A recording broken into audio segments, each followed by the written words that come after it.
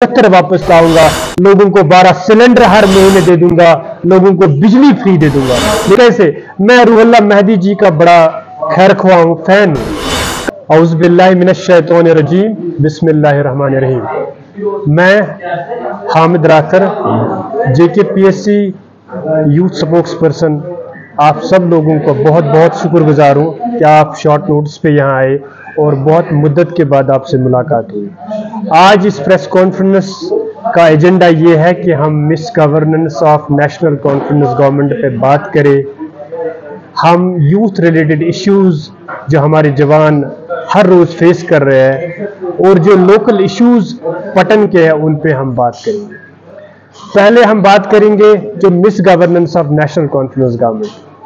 देखिए, मैं इनको 3 चीज़ों में बांटना चाहता हूं और आपके सामने रखना चाहता हूं। सबसे पहले यहाँ पे एक ब्रोकन सिस्टम है, ब्रोकन सिस्टम है, ब्रोकन प्रॉमिसेस है और ब्रोकन फेथ है, ब्रोकन स्पिरिट है लोगों में। पहले हम देखेंगे कि ये ब्रोकन सिस्टम कैसे है। अभी आप लोगों ने SMHS क्राइसिस देखी है, एजुकेशन डिपार्टमेंट देखिए, रूरल डेवलपमेंट डिपार्टमेंट देखिए, सब में बेहाली है, सब में बर्बादी है। लोग परेशान है, लोग बदहाल हो गए इनकी निजाम से और इनकी कारकर्दगी से। अब ब्रोकन प्रोमिसेस कैसे है? उमर साहब गांव गांव गली गली में इलेक्शन के दौरान गए और यही वादा किया बीजेपी के खिलाफ, नरेंद्र मोदी के खिलाफ, और बोला कि 370 वापस लाऊंगा, लोगों को 12 सिलेंडर हर महीने दे दूंगा, लोगों को बिजली फ्री दे दूंगा। लेकिन आज देखिए उन्हीं वादों के खिलाफ आप जा रहे हैं और मोदी जी को और बीजेपी को अपीज कर रहे हैं क्योंकि वो अपने चेयर को महफूज रखना चाहते हैं। आप देखिए ब्रोकन स्पिरिट कैसे है। आप देखिए, आप मीडिया वाले, मैं आपसे पूछना चाहता हूं, लोगों की कैसी हालत है? लोग निराशा है, लोगों में उम्मीद नहीं है, लोगों में होप नहीं है। क्यों? अब वो थक चुके हैं इस गवर्नमेंट से, मिनिस्टर से, क्योंकि वो अपने चेयर्स के पीछे है, अपनी गाड़ियों के पीछे है, अपने एसेट्स के पीछे, अपने बंगलों के पीछे है। देखिए, नेशनल कॉन्फ्रेंस के पास एक लाही अमल है, उनको पता है हमें लोगों को बेवकूफ कैसे बनाना है। वो हमारे साथ इमोशनली प्ले करते हैं। देखिए कैसे? मैं रूहुल्लाह मेहदी जी का बड़ा खैरख्वाह हूं, फैन हूं। कल उन्होंने पार्लियामेंट में एक बयान दिया, हमारे जज्बात की उन्होंने अक्कासी की, तर्जमानी की, और वो करना भी चाहे। मुझे बताइए, पार्लियामेंट निकलने के बाद, इससे पहले भी उन्होंने बहुत अच्छे वहां पे तकारीर करे हैं, बहुत अच्छा हमारी तर्जमानी की, मैं उनका फैन हूं। लेकिन क्या कुछ हुआ? कोई पॉलिसी एड आया? लोगों में कोई तब्दीलियां आई? क्या जेल से कोई रिहा हो गया? क्या प्रिजनर, पॉलिटिकल प्रिजनर कोई रिहा हुआ? नहीं, पॉलिसी एड कुछ नहीं हुआ। बस लोगों को लिप सर्विस करना है और लोगों के जज्बात की अक्कासी करनी है, तर्जमानी करनी है, कोई सर्विस नहीं करनी है। आप देखिए, वो पार्लियामेंट में बोल रहे हैं जहां उनकी गवर्नमेंट है, क्या इनको कोई पॉलिसी एड नहीं बनाना है? क्या इनको, आप देखिए हमारे जो स्टेट मैरिज असिस्टेंस एक स्कीम है, इसी गवर्नमेंट ने कोई फैसला नहीं लिया। इन्होंने उन बच्चियों को जो शादी के टाइम उनको 50,000 रुपए मिल रहे थे, अब उन्होंने 75,000 कर दिए। लेकिन उसमें एक क्लॉज डाला कि वो बच्ची 8th पास होनी चाहिए। मैं यूथ JKPSC का एक वर्कर के हैसियत से हाई कोर्ट गया, वहां पे एक PIL फाइल कर दी और उसी PIL में हाई कोर्ट ने डायरेक्ट कर दिया इनको कि आप 2 महीने के अंदर फैसला ले लीजिए। हमें हाई कोर्ट का रास्ता इख्तियार करना पड़ता है क्योंकि ये एक्शन नहीं करते हैं, क्योंकि ये लोगों के हित में फैसले नहीं लेते। और अब मैं बात करना चाहता हूं यूथ रिलेटेड इश्यूज। देखिए, हमारे जवान आप देखिए ना, वो बदहाल हो गए, वो परेशान हो गए। क्यों? जॉब्स नहीं है। अब देखिए 17.6 अनएम्प्लॉयमेंट रेट है हमारे यूथ्स में। अब देखिए, अगर ओवरऑल अनएम्प्लॉयमेंट रेट देखेंगे वो 6.3 है, जबकि नेशनल एवरेज अनएम्प्लॉयमेंट रेट वो 3.5। विमेन में, अब वर्कफोर्स ऑफ विमेन, अब देखिए वहां पे ज्यादा ही अनएम्प्लॉयमेंट है। इस अनएम्प्लॉयमेंट को टैकल करने के लिए गवर्नमेंट ने आज तक कौन सी पॉलिसी बनाई? देखो, गवर्नमेंट जिम्मेदार है, स्टेट जिम्मेदार है लोगों को जॉब्स देने में।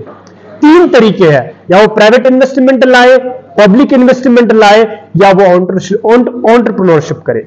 आप मुझे बताइए, प्राइवेट इन्वेस्टमेंट नहीं आ रही है।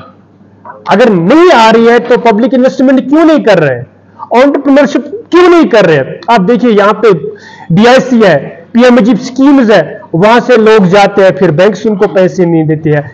लोगों के पास जमीनें नहीं है जो कोलेटरल वो रखेंगे, जो गारंटर उनके पास नहीं है, वो हैसल फ्री मैकेनिज्म क्यों नहीं बनाते हैं? फिर बोलते हैं हमारे जवान ये बिजनेस नहीं कर पाते। रीजन यही है, वो बोटलनेक्स है, पॉलिसी सही नहीं है। आप एक और चीज देखिए, ड्रग एडिक्शन है। यहां पे मैं आपसे पूछना चाहता हूं, 10 सालों से हमारे यहां कितने अवेयरनेस प्रोग्राम्स हुए, कितना पैसा बहाया गया? आप उनकी सक्सेस रेट देख लीजिए, क्या सक्सेस है? आजकल रीसेंट डेटा है, कम से कम 10 लाख हमारे जवान ड्रग्स में मुलव्वस है। उन पॉलिसी का क्या हुआ? एनसी गवर्नमेंट ने इसमें क्या इनिशिएटिव ले लिया है? रिहेबिलिटेशन सेंटर्स हुए, क्या कामयाबी है उनकी? क्या इस पॉलिसी का रिव्यू नहीं होगा? हमारे जवान क्यों परेशान हो गए? आप तीसरा इशू देखिए, alienation from main stream.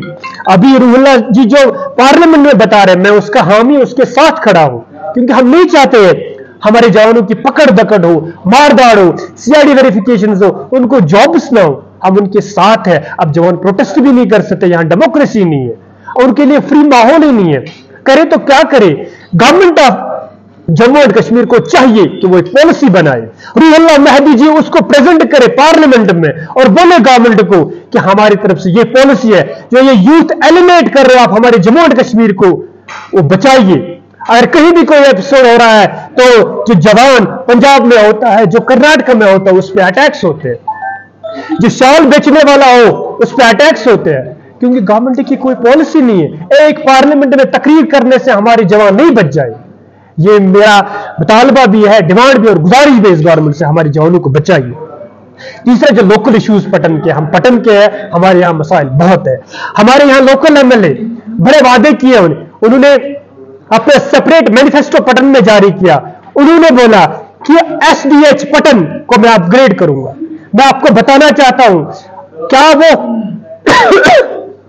Patan को अपग्रेड कर पाया इस एसडीएच को? सीएचसी में आप देखिए, वहां पे कोई ईएनटी डिपार्टमेंट नहीं है, कोई ईएनटी स्पेशलिस्ट नहीं है, कोई एनेस्थीसिया स्पेशलिस्ट नहीं है, कोई कंसल्टेंट सर्जन नहीं है, कोई पेडियाट्रिशियन नहीं है। आप देखिए, इतने बड़ा पटन कंस्टिट्यूएंसी, बड़ा एरिया है, बच्चे कहां जाएंगे? हमें श्रीनगर जाना पड़ता है। आप देखिए, ये हॉस्पिटल कहां पे है? नॉर्थ कश्मीर में, ये नेशनल हाईवे पे है, कहीं भी इमरजेंसी हो सकती है। तो इस हॉस्पिटल को अपग्रेड करना लाजमी है। यहां पे हाई एंड फैसिलिटीज होनी चाहिए। यही एमएलए साहब को, रियाज बेदार को हम याद दिलाना चाहते हैं। हम पटन के लोग आपको इज्जत करते हैं, आप एमएलए, लेकिन आपको हम अकाउंटेबल जरूर ठहराएंगे, आपको ऑडिट हम जरूर ले लेंगे। हमारी जिम्मेदारी है बतौर जवान, बतौर कॉन्शियस सिटीजन, आपसे अकाउंटेबिलिटी हम चाहते हैं। आपको वो वादे याद दिलाना चाहते हैं, आप वो कर लीजिए। मैं आपको बताना चाहता हूं, स्कूल सिस्टम्स आप पटन में देखिए। आप बोलते हैं जनाब इमरान रजा अंसारी साहब 2018 में जब वो हायर एजुकेशन मिनिस्टर थे, तो उस वक्त 2018 में उन्होंने एक ऑर्डर पास करवाया, जेके बोस का यहां पे सब सेंटर बनना चाहिए। आज तक मुझे बताइए, मैं रियाज बेदार साहब एमसी से कहना चाहता हूं, आज तक वो ऑर्डर इंप्लीमेंट क्यों नहीं हुआ? वो जेके बोस का आज तक ऑफिस पटन में क्यों नहीं बना? मैं म्युनिसिपल कमेटी पटन से कहना चाहता हूं, आप देखिए हॉस्पिटल को शाम को जाए, वहां पे लाइटें नहीं है, मार्केट्स में जाए वहां पे लाइटें नहीं है, आप अंदर जाए वहां लाइटें नहीं है, ड्रेनेज सिस्टम देखिए वो पुअर है। यहां पे 2 बिल्डिंग्स बनाई गई है, क्या रियाज बेदार साहब ने जायजा लिया इनका, ऑडिट लिया इनका? 2 बिल्डिंग्स बनाई गई, एक परमल्ला में बनाई गई और दूसरी डिग्री कॉलेज के पास बनाई गई। मीडिया वालों से मैं कहना चाहता हूं, 4 साल से वो बिल्डिंगें बंद पड़ी है। क्या उनका ऑडिट ना लिया जाए कि उनको क्यों नहीं इस्तेमाल किया गया? पैसे वहां पे खर्च हुए, पब्लिक एक्सचर के, आपके और मेरे टैक्स पेयर्स के पैसे वहां पे खर्च हो गए, लेकिन आज तक इस्तेमाल नहीं किया गया है। मैं इनसे कहना चाहता हूं, ऑडिट लेंगे आपका, उन बिल्डिंग्स को अगर आपको जरूरत ही नहीं है, रेंट दे दीजिए किसी और डिपार्टमेंट को, पैसा आ जाएगा, हमारे यहां पे लाइटें बन जाएंगे।